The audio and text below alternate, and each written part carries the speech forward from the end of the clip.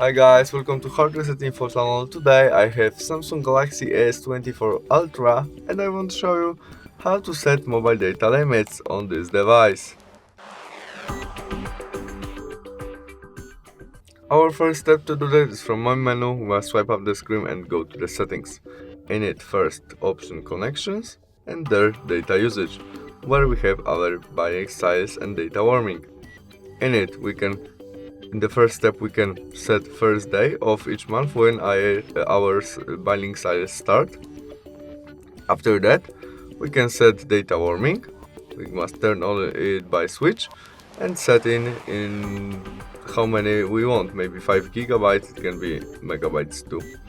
After that, the last option, we can set data limit. We must switch on for this function and in the same style as warming, we can custom it. It can be 10 gigabytes maybe. And we press set. And that's all. We set our mobile data limits on this device. See you soon. Bye.